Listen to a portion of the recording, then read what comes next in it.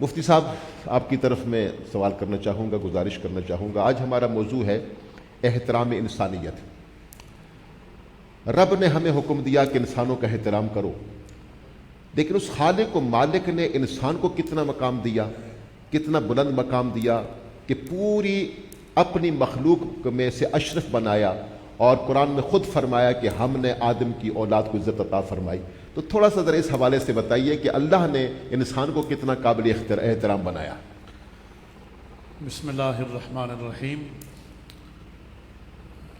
آپ کا سوال بڑی اہمیت کا حامل ہے، اور اس حوالے سے جب ہم قرآن مجید اور حضور صلی عالم صلی اللہ تعالیٰ علیہ وسلم کے فرمودات دیکھتے ہیں تو پتہ چلتا ہے کہ اللہ تعالیٰ نے اس پوری کائنات میں سب سے زیادہ عرف و اعلیٰ مقام انسان کو دیا ہے۔ بے شک بے شک۔ جہاں وہ انسانوں کو حکم دیتا ہے کہ دوسرے انسانوں کا احترام کریں، وہاں وہ خود انسان کو اس کائنات میں بہت بڑا مقام دیتا ہے۔ بے شک بے شک۔ اور یہ قرآن مجید میں اللہ کریم جل جلالہ نے فرمایا ہے کہ لقد خلقنا الانسان فی احسن تقویم، کہ ہم نے انسان کو احسن تقویم پر بنایا ہے۔ بے شک۔ یعنی اس کی شکل و صورت کے لحاظ سے اس کو اتنا متوازن بنایا ہے کہ اس میں کوئی کمی تلاش نہیں کر سکتا ہے۔ بے شک بے شک۔ یہ انسان کی شکل و صورت کے حوالے سے اور اس کو احسن تقویم پر جو اللہ کریم نے بنایا ہے،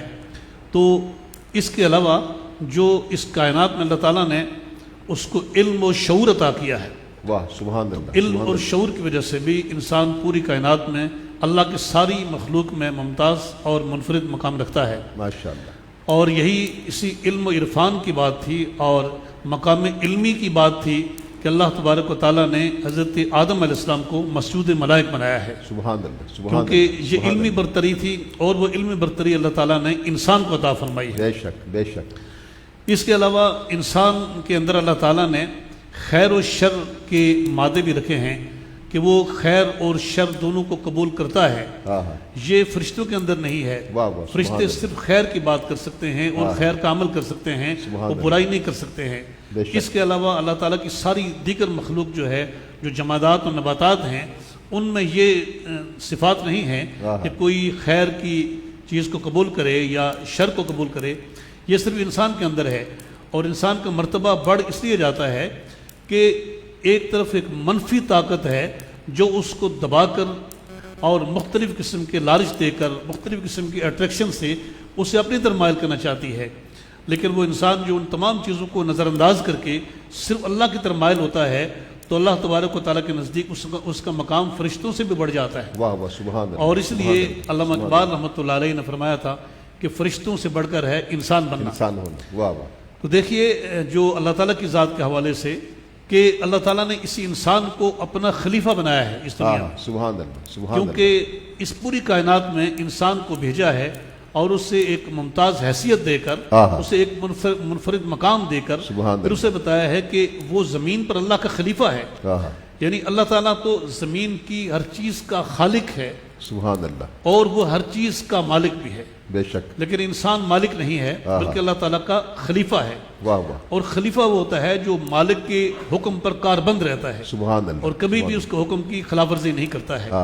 تو قرآن مجید میں ہم دیکھتے ہیں کہ جگہ جگہ اللہ تبارک و تعالیٰ نے انسان کو خطاب کیا ہے۔ بے شک۔ یعنی یہ پوری کائنات کے علوم اللہ تعالیٰ نے قرآن مجید کے اندر رکھے ہیں، اور جو سابقہ امتیں گزری ہیں ان کے سارے علوم بھی قرآن مجید کے اندر ہیں۔ بے شک بے شک۔ اور قرآن مجید میں انسان کو خطاب کیا جا رہا ہے، اور انسان ہی قرآن مجید کا موضوع ہے۔ بے شک۔ تو جگہ جگہ اللہ تعالیٰ یا ایھا الناس فرماتا ہے۔ جی جی۔ تو جو لوگ پھر اللہ تعالیٰ کی طرف متوجہ ہوتے ہیں اور وہ اپنے منصب کو پہچانتے ہیں اور احسن تقویم کے مقام کو سمجھتے ہیں، تو وہ پھر اس مقام کی قدر کرتے ہیں، اور وہ یا ایھا الذین آمنوا میں شامل ہو جاتے ہیں۔ بے شک۔ پھر وہ صاحب ایمان ہوتے ہیں تو اللہ تبارک و تعالیٰ ان سے مختلف منفرد خطاب کرتا ہے، ان کو یا ایھا الذین آمنوا کہتا ہے۔ سبحان اللہ۔ تو یہ دیکھیے کہ کل انسانیت جو ہے اللہ تبارک و تعالیٰ نے پیدا کی ہے، اور انسانوں کو ان کا احترام کرنے کا حکم بھی دیا ہے۔ رسول کریم صلی اللہ تعالیٰ